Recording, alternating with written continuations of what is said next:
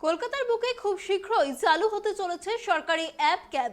বাজারে চলতি অ্যাপ ক্যাবের চার্জের থেকে অনেকটাই কম ভাড়ায় মিলবে এই পরিষেবা, এমনটাই দাবি পরিবহন দপ্তরের। অনেকদিন ধরে বেসরকারি অ্যাপ ক্যাব সংস্থাগুলির পরিষেবা নিয়ে একাধিক অভিযোগ রয়েছে। বর্ষাকালে 3 থেকে 4 গুণ বেশি ভাড়া হাঁকা, যাত্রী নিরাপত্তা সহ যাবতীয় নিয়মকানুন লঙ্ঘনের অভিযোগ রয়েছে সংস্থাগুলির বিরুদ্ধে। যাত্রীদের ভোগান্তি থেকে মুক্তি দিতে এবার বাংলার সরকারি পরিচালনায় চালু হতে চলেছে অ্যাপ ক্যাব পরিষেবা।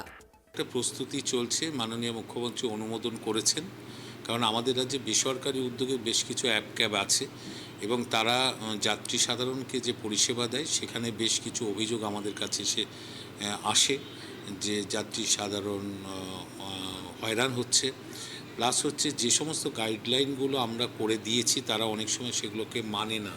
এর জন্য আমরা আরও কঠোর হচ্ছি, সেদিকে কঠোর হচ্ছি।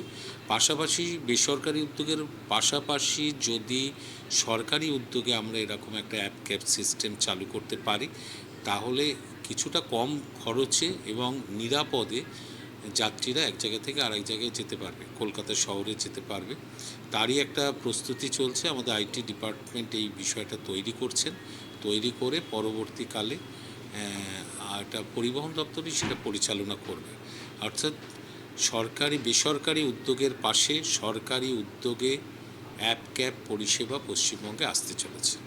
রাজ্য সরকারের তথ্য প্রযুক্তি দপ্তর একটি অ্যাপ তৈরি করেছে। তার মাধ্যমে অন্তত 30 থেকে 35% কম ভাড়ায় গন্তব্যে পৌঁছতে পারবেন যাত্রীরা, এমনটাই দাবি পরিবহন মন্ত্রীর।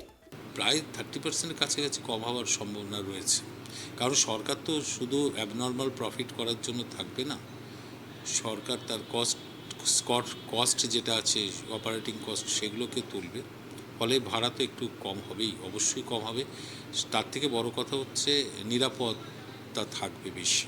খুব শীঘ্রই শহরবাসী এই পরিষেবা পাবেন বলেই জানিয়েছেন পরিবহন মন্ত্রী স্নেহাশিস চক্রবর্তী। ক্যামেরায় বরুণ ভান্ডারের সঙ্গে দেবযানী সরকারের রিপোর্ট, ট্রাইব টিভি, কলকাতা।